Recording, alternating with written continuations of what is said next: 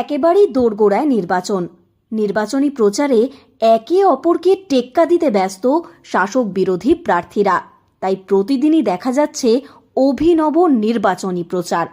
এবার ভোটারদের মন জয় করতে প্রচারের মাঝে মিষ্টির দোকানে গজা ভাজলেন তৃণমূল প্রার্থী সৌমেন বেলথরিয়া। বুধবার কাশীপুর বিধানসভার অন্তর্গত লোধুরকা অঞ্চলে চলছিল তার নির্বাচনী প্রচার। হঠাৎ করেই প্রার্থী সৌমেন বেলথরিয়া হাজির হন একটি মিষ্টির দোকানে। তারপরে নিজের হাতে গজা ভাজেন তিনি, পাশাপাশি গ্রাহকদের জন্য চা পরিবেশন করেন তিনি। প্রার্থীর এই অভিনব প্রচার দেখে ভিড় জমান এলাকার মানুষজন। এ বিষয়ে কাশীপুর বিধানসভার তৃণমূল প্রার্থী সৌমেন বেলথরিয়া বলেন, প্রতিদিনই সকাল থেকে সন্ধে পর্যন্ত প্রচার চলছে। এই প্রচারের মাঝে নতুনত্ব কিছু করার উদ্দেশ্যেই তিনি এই কাজ করেছেন। নতুনভাবে কিছু করলে মানুষেরও উৎসাহ পাওয়া যায়। ভোটারদের সঙ্গে জনসংযোগ আরও গভীর করতে এই উদ্যোগ তার।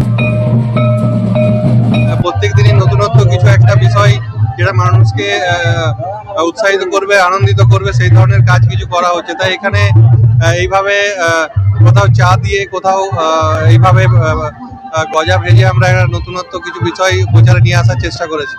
প্রতিদিনই তো সারাদিন সকাল থেকে সন্ধ্যা অবধি প্রচার চলছে। নতুনত্ব কিছু থাকলে মানুষেরও একটা আলাদা উৎসাহ থাকে, একটা আলাদা উদ্দীপনা থাকে। তাই এবং তার সাথে সাথে একটা নিবিড় জনসংযোগের বিষয় থাকে। আজকে সেই জন্য দোকানে গিয়ে সেই সবার সাথে কথা বলে এই ধরনের একটা কাজ করা হয়েছে। নির্বাচনের দিন যত এগিয়ে আসছে ততই চমক দেখা যাচ্ছে প্রচারে।